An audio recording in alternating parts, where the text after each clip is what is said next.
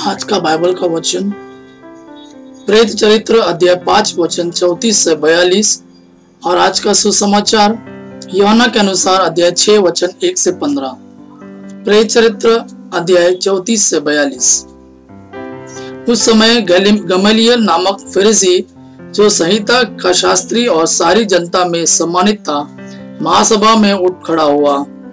उसने प्रेरितों को थोड़ी देर के लिए बाहर ले जाने का आदेश दिया और महासभा के सदस्यों से यह कहा, इजरायली भाइयों, आप सावधानी से विचार करें और इन लोगों के साथ क्या करने जा रहे हैं। कुछ समय पहले तेदियोस प्रकट हुआ। वह दावा करता था कि मैं भी कुछ हूँ और लगभग 400 लोग उसके अनुयायी बन गए। वह मारा गया, उसके सभी अनुयायी बिखर गए और उनका नामो निशान भी नहीं रहा। उसके बाद जनगणना के समय यूदस गलीली प्रकट हुआ। उसने बहुत से लोगों को बहकाकर अपने विद्रोह में सम्मिलित कर लिया। वह भी नष्ट हो गया और उसके सभी अनुयायी बिखर गए। इसलिए इस मामले के संबंध में मैं आप लोगों से यह कहना चाहता हूँ कि आप इनके काम में दखल ना दें और इन्हें अपनी राह चलने दें। यदि यह योजना या आंदोलन मनुष्यों का है तो वह अपने आप नष्ट हो जाएगा, परंतु यदि यह ईश्वर का है तो आप इन्हें भी नहीं मिटा सकेंगे और ईश्वर के विरोधी प्रमाणित होंगे। वे उसकी बात मान गए। उन्होंने प्रेरितों को बुला भेजा, उन्हें कोड़े लगवाए और यह कड़ा आदेश देकर छोड़ दिया कि तुम लोग ईसा का नाम लेकर उपदेश मत दिया करो। प्रेरित इसलिए आनंदित होकर महासभा के भवन से निकले कि वे ईसा के नाम के कारण अपमानित होने योग्य समझे गए।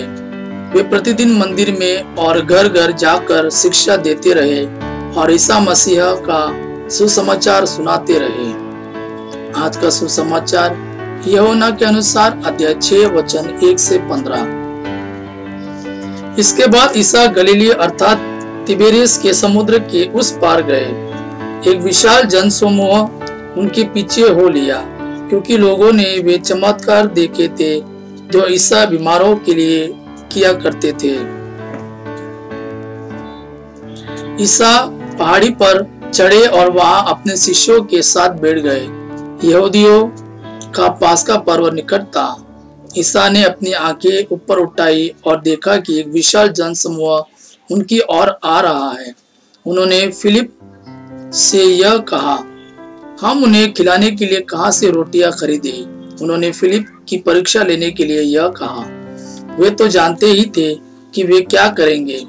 फिलिप ने उन्हें उत्तर दिया, 200 दिनार की रोटियां भी इतनी नहीं होगी कि हर एक को थोड़ी थोड़ी मिल सके। उनके शिष्यों में एक सीमोन पेत्रुस के भाई एंड्रियास ने कहा, यहाँ एक लड़के के पास जो कि 5 रोटियां और 2 मछलियां हैं, पर यह इतने लोगों के लिए क्या है। ईसा ने कहा, लोगों को बैठा दो। उस जगह बहुत घास थी। लोग बैठ गए। पुरुषों की संख्या लगभग 5000 थी। ईसा ने रोटियां ले ली, धन्यवाद की प्रार्थना पढ़ी और बैठे हुए लोगों में उन्हें उनकी इच्छा भर बंटवाया। उन्होंने मछलियां भी इसी तरह बंटवाई।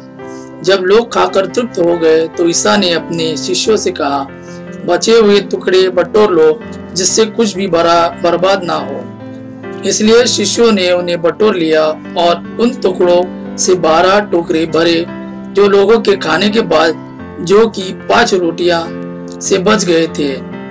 लोग ईसा का यह चमत्कार देखकर बोल उठे, निश्चय ही यह वे नबी है जो संसार में आने वाला है। ईसा समझ गए कि वे आकर मुझे राजा बनाने के लिए पकड़ ले जाएंगे, इसलिए वे फिर अकेले ही पहाड़ी पर चले गए।